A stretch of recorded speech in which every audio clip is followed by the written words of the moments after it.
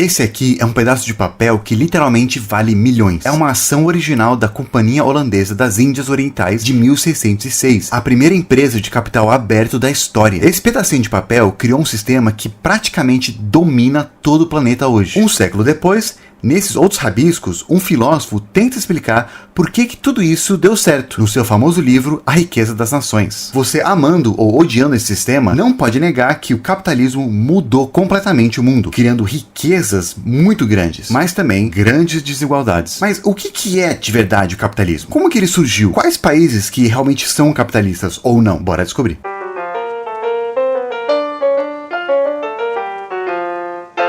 Alô, alô, YouTube! Esse é o quarto vídeo da série sobre ideologias. O mais recente, a gente falou sobre comunismo, então assiste esse aqui depois para dar uma comparada. Lembra, nos dois eu falo qual é a versão das ideologias de acordo com as pessoas que defendem e também quais são as principais críticas. Aliás, aproveita e já se inscreve e curte esse vídeo aqui para me ajudar a saber que vocês gostam desse tipo de vídeo. Então, para variar, vamos voltar no tempo de novo para entender um pouco melhor. Como a gente viu no último vídeo, quando teve a queda do Império Romano Ocidental, as cidades na Europa entraram em declínio e a maioria da população se tornou rural, vivendo nos campos. Os donos desses campos, os donos das terras, se tornaram a nobreza, e o povo eram os servos que trabalhavam nas terras dos nobres. Títulos de nobreza e posses de terras eram as coisas mais importantes que alguém podia ter, e a agricultura era basicamente tudo na economia. Esse era o famoso feudalismo. Mas em volta dos castelos e fortalezas tinham algumas vilas, que também eram chamadas de burgos. As pessoas que moravam lá, elas não necessariamente eram parte da nobreza e também não eram servos. Eles viviam do comércio, artesanato, faziam feiras, etc. Por morar nos burgos, eles também começaram a ser chamados por alguns de burgueses. Com o tempo, muitos deles começaram a enriquecer, e com mais dinheiro veio mais influência e, consequentemente, mais poder, tirando aos poucos o poder da nobreza. Durante as grandes navegações e o colonialismo, o comércio explodiu. Prata das Américas, especiarias da Ásia, escravos da África, o mundo virou um grande mercado. Foi nesse contexto que Adam Smith escreveu A Riqueza das Nações, defendendo que a economia funciona muito melhor quando o Estado não interfere demais. Ele acreditava numa mão invisível, uma metáfora para dizer que o interesse individual de cada pessoa, quando soma com as outras, ele acaba beneficiando toda a sociedade. Ou seja, quando todo mundo busca o seu próprio interesse, o seu próprio lucro, a economia acaba se ajustando sozinha. Aí chegou a Revolução Industrial nos séculos XVIII e XIX e mudou tudo. Surgiram máquinas a vapor e fábricas que trouxeram produção em massa. A agricultura deixou de ser o centro da economia e as cidades explodiram de tamanho. Os burgueses, agora, eles tinham fábricas enormes e com isso muito dinheiro. E eles não queriam mais que a nobreza mandasse em tudo só porque eles nasceram na família certa. Já pensou? Um rei louco aí podia um dia confiscar tudo deles. Então eles começaram a exigir mais direitos. Queriam que quem tivesse dinheiro e bens pudessem também ter uma voz. E foi exatamente isso que aconteceu. Alguns através de revoluções, como por exemplo, Revolução Francesa, a Americana, e em outros lugares foi mais gradual. O poder foi saindo aos poucos da nobreza e indo para quem tinha capital, ou seja, quem tinha dinheiro e propriedades. Ao invés de títulos de sangue real, agora o que importava era quanto você tinha. Seu valor na sociedade começou a ser medido pelo que você possuía e conseguia acumular. Bem-vindo ao capitalismo. Chegando nessa nova fase, os servos, que não tinham nem fábricas e nem terras, eles meio que sobraram, tendo que trabalhar para um desses dois. Beleza, o que é então o capitalismo? A palavra ela vem de capital, que originalmente era usada para definir a posse das pessoas, como por exemplo, cabeças de gado. Com o tempo, ele começou a significar coisa que as pessoas têm e são usadas para produzir outros bens e serviços. Então, isso pode ser desde dinheiro até máquinas, fábricas, infraestrutura, etc. Então, o capitalismo seria o sistema econômico e social que está centrado no capital. Ele tem 5 partes principais. Primeira, a propriedade privada, que são fábricas, terras, empresas, ferramentas, tudo que você pode ter de propriedade seu ou das empresas, que não é do Estado. 2. Livre mercado, que é quando o preço, a produção e o consumo das coisas são determinadas pela oferta e procura, pela competição entre empresas e não pelo governo. Ou seja, as empresas e os consumidores são livres para comprar, vender e negociar como quiserem, competindo entre si. E essa concorrência é que regula o mercado. Número 3. Acumulação de capital, ou seja, o objetivo é o lucro. Você investe dinheiro, capital, para fazer mais dinheiro. Você pega esse lucro e aí reinveste para crescer ainda mais. 4. Trabalho assalariado. A maioria das pessoas não tem fábricas, empresas ou heranças, então elas não conseguem produzir coisas para vender. Por causa disso, elas vendem a única coisa que elas têm, o seu trabalho. Então você trabalha e aí recebe um salário em troca. E 5. Competição. Empresas, elas competem entre si para atrair mais clientes. E isso força elas a melhorar os produtos, baixar os preços e inovar. Diferente do comunismo, que tem Marx como o grande teórico, o capitalismo ele não foi inventado por uma pessoa. Ele meio que foi surgindo naturalmente conforme a sociedade ia mudando. Mas a coisa que é interessante é que esse termo, capitalismo, ele foi meio que criado, ou ele surgiu mais pelos críticos do sistema atual. Um deles, aquele que mais popularizou essa palavra, foi o próprio Karl Marx, no seu livro O Capital. Por isso que tem muitas pessoas que se identificam mais como direita, que elas não aceitam serem chamadas de capitalistas, e elas preferem outros termos mais específicos. Por exemplo, economia de mercado, liberalismo, conservadorismo, neoliberalismo, libertarianismo, etc. Mas, mesmo assim, muita gente da direita ainda assim acabou adotando o termo capitalismo e usando mais em um sentido positivo. Então, por causa disso, dependendo de quem você perguntar, a definição ou características do que é capitalismo pode mudar um pouco. Como eu falei lá no começo, uma das pessoas mais importantes para uma das principais ideias de capitalismo é o economista escocês Adam Smith. Imagine que um padeiro, ele vive no mundo capitalista. Então o objetivo egoísta dele é acumular capital, lucrar. E ele faz isso vendendo pão. Mas para poder conseguir vender pão, além de saber como fazer, ele precisa fazer um pão bom e com um preço justo. Porque se o pão for ruim, ou muito caro, ninguém vai comprar. E aí ele não vai conseguir acumular capital. Então, mesmo tendo um pensamento egoísta e pensando só em si mesmo, ele acaba tomando decisões para ajudar o seu negócio que vão beneficiar outras pessoas. Por exemplo, ele pode querer melhorar o pão dele, ou pode deixar mais barato, e isso vai ser melhor para as outras pessoas, porque todo mundo quer um pão bom e barato. E vai ser bom para ele, porque elas vão ir comprar, então ele vai conseguir acumular capital. Aí quando entra outros padeiros na jogada, cada um quer atrair o cliente do outro para si mesmo. E para isso eles tentam convencer as pessoas para vir para cá. Muitas vezes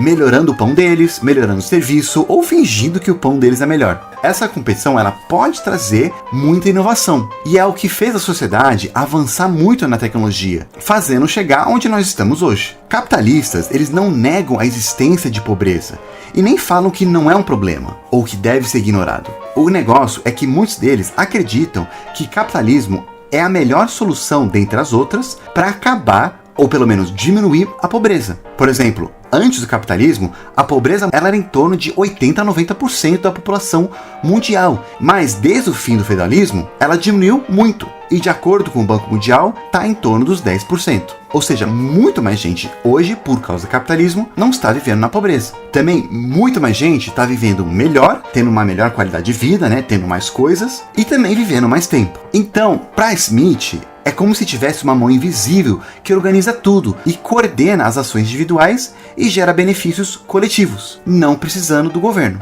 Outro cara que também é muito comentado pelos defensores do capitalismo é o Milton Friedman, que defendeu bastante o livre mercado. Um exemplo muito famoso dele é o exemplo do lápis.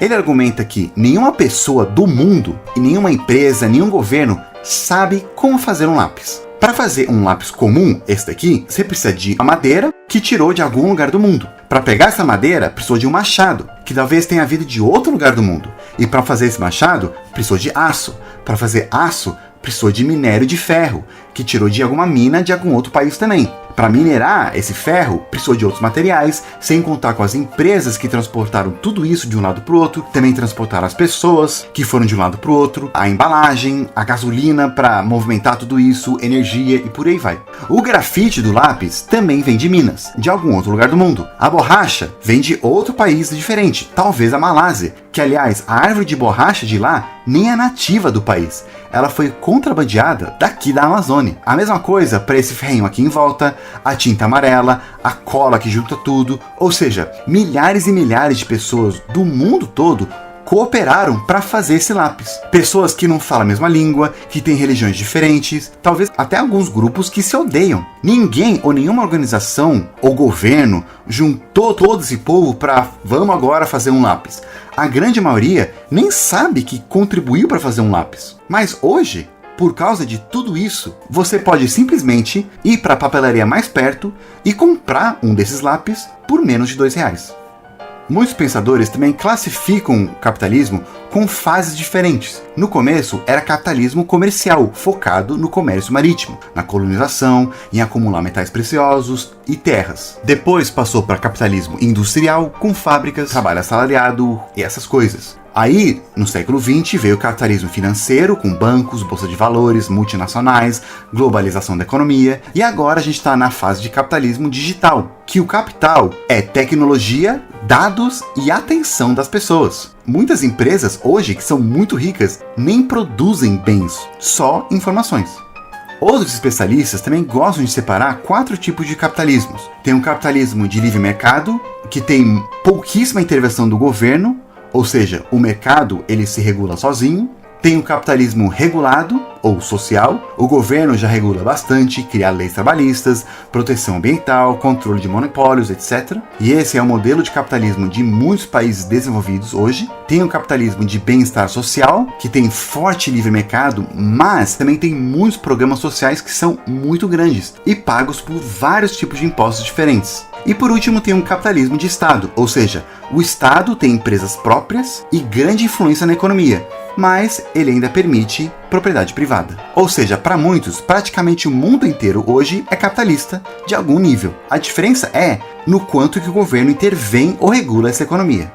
Agora é a seção que, se algum de vocês ainda não me xingaram nos comentários, vai querer xingar. As 5 críticas usadas mais frequentes contra o capitalismo. Lembrando, assim como no vídeo do comunismo, as críticas que eu coloco não são minhas, são as mais usadas por aí, seja elas boas ou ruins. Número 1, desigualdade extrema. No capitalismo, quem já tem dinheiro consegue fazer mais dinheiro muito mais fácil do que quem não tem. Você investe, recebe juros, dividendos, valorização, etc. Enquanto isso, quem só tem um trabalho para oferecer fica preso no salário. Qualquer resultado, a desigualdade só aumenta. Hoje, as 8 pessoas mais ricas do mundo têm a mesma riqueza que a metade mais pobre da humanidade, 3,6 bilhões de pessoas.